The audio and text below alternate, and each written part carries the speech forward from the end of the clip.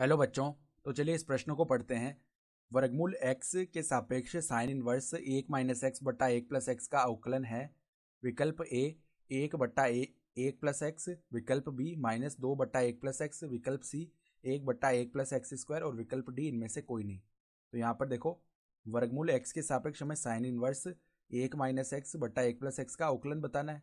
तो प्रश्न में आगे बढ़ने से पहले इस प्रश्न से संबंधित जो मुख्य उदाहरण है उसकी हम चर्चा कर लेते हैं। तो देखो, मुख्य उदाहरण जो x की घात n है उसका अवकलन क्या होता है x के सापेक्ष n गुणा में x की घात n-1। ठीक है। साथ ही साथ देखो, जो साइन इनवर्स x है उसका अवकलन क्या होता है x के सापेक्ष, ये होता है 1/वर्गमूल 1-x²। और साथ ही साथ देखो, जब भी दो फलन इस प्रकार भाग में लिखे हुए हों u/v, तो उनका हम अवकलन कैसे करते हैं। उनका अवकलन करने के लिए पहले हम क्या करते हैं, बट्टा में v², फिर v को ऐसे ही रखते हैं du बट्टा में dx, माइनस में फिर u को ऐसे ही रखते हैं dv बट्टा में dx। ठीक है। तो इस प्रकार करते हैं हम अवकलन। तो अब देखो, हमारे पास में क्या दिया हुआ है, हमें वर्गमूल x के सापेक्ष साइन इनवर्स 1-x/1 + x का अवकलन बताना है। ठीक है। तो हम क्या करते हैं, u मान लेते हैं हम, माना कि u बराबर में हम मान लेते हैं साइन इनवर्स 1-x/1 + x, और v हम मान लेते हैं वर्गमूल x के बराबर। तो हमें du बट्टा dv बताना है, अर्थात वर्गमूल x के सापेक्ष साइन इनवर्स 1-x/1 + x का जो अवकलन आएगा वो बताना है। तो पहले हम क्या करते हैं, यहाँ से du बट्टा dx निकालते हैं। तो du बट्टा dx निकालेंगे तो पहले देखो, यहाँ पे साइन इनवर्स, इसके अंदर ये जो लिखा हुआ है इसको हम एक बार के लिए x मानेंगे। तो 1/वर्गमूल 1-x², इस प्रकार अवकलन होता है। तो 1/वर्गमूल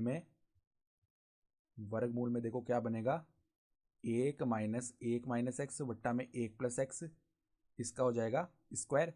फिर देखो, श्रृंखला नियम से क्या होगा, ये जो 1-x बट्टा 1 + x लिखा हुआ है इसका पुनः अवकलन होगा x के सापेक्ष। तो d/dx 1-x बट्टा में 1 + x। तो अब देखो, यहाँ से क्या बनेगा, यहाँ से लैसा लेंगे तो ऊपर आ जाएगा 1 + x, और यहाँ पर वर्गमूल के अंदर हम पूर्ण वर्ग को, यहाँ पे वर्ग को खोलेंगे तो क्या आ जाएगा, 1 प्लस में x² प्लस में 2x माइनस में 1, ठीक है, माइनस में x² प्लस में आ जाएगा 2x। ठीक है, ये पद बन गया।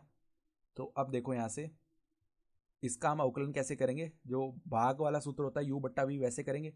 तो 1 + x, इसका तो हो जाएगा स्क्वायर, फिर 1 + x ऐसे ही रहेगा, और 1 - x का जो अवकलन है वो क्या हो जाएगा, -1। फिर देखो, माइनस में अब 1 - x ऐसे ही रहेगा, और 1 + x का जो अवकलन है x के सापेक्ष वो क्या आ जाएगा, 1 आ जाएगा। ठीक है। तो अब देखो, यहाँ से इस 1 + x से यहाँ पर ये जो घात 2 है बट्टा में, ये 1 हो जाएगी। ठीक है। तो बट्टा में केवल 1 + x बच गया, और यहाँ पर 1 बट्टा, फिर देखो यहाँ पर 1 से 1 शून्य हो जाएगा, और ये जो x² से x² है ये भी शून्य हो गया। तो यहाँ पर क्या बचा, 1/वर्गमूल 2x + 2x क्या हो जाएगा, 4x। ठीक है।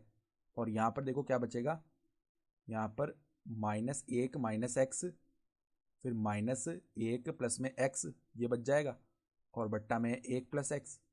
यहाँ पर -x से +x शून्य हो गया, तो यहाँ पर -2 बच गया। ठीक है।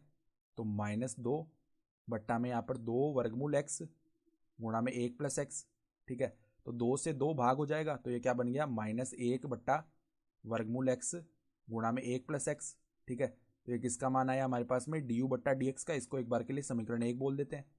तो अब देखो, v क्या है, v हमारे पास में हमने किसके बराबर माना है, वर्गमूल x के। तो वर्गमूल x, तो अगर हम dv/dx निकालेंगे तो ये किसके बराबर आएगा, 1/2 वर्गमूल x के। इसको हम समीकरण 2 बोल देते हैं। तो हमें तो du/dv का मान निकालना था, तो हम क्या करते हैं, समीकरण 1 भाग समीकरण 2। ठीक है। तो इसका मान देखो क्या बनेगा, du/dv बराबर में, यहाँ पर देखो -1/वर्गमूल x 1 + x, तो -1/वर्गमूल x 1 + x बट्टा में ये आएगा 1/2 वर्गमूल x, तो यहाँ पे 2 वर्गमूल x ऊपर आ जाएगा। तो देखो, वर्गमूल x से वर्गमूल x शून्य हो जाएगा, तो इसका मान क्या आएगा, -2/1 + x। तो हमारा देखो कौन सा विकल्प यहाँ से सही हो जाएगा। हम देख पा रहे हैं कि जो विकल्प बी है -2/1 + x, ये हमारा सही हो गया। तो हम लिख सकते हैं, देखो अतः विकल्प बी -2/1 + x उपयुक्त होगा। ठीक है, तो ये हमारा उत्तर भी हो गया। तो आशा करता हूँ कि आपको ये प्रश्न समझ में आया होगा। धन्यवाद।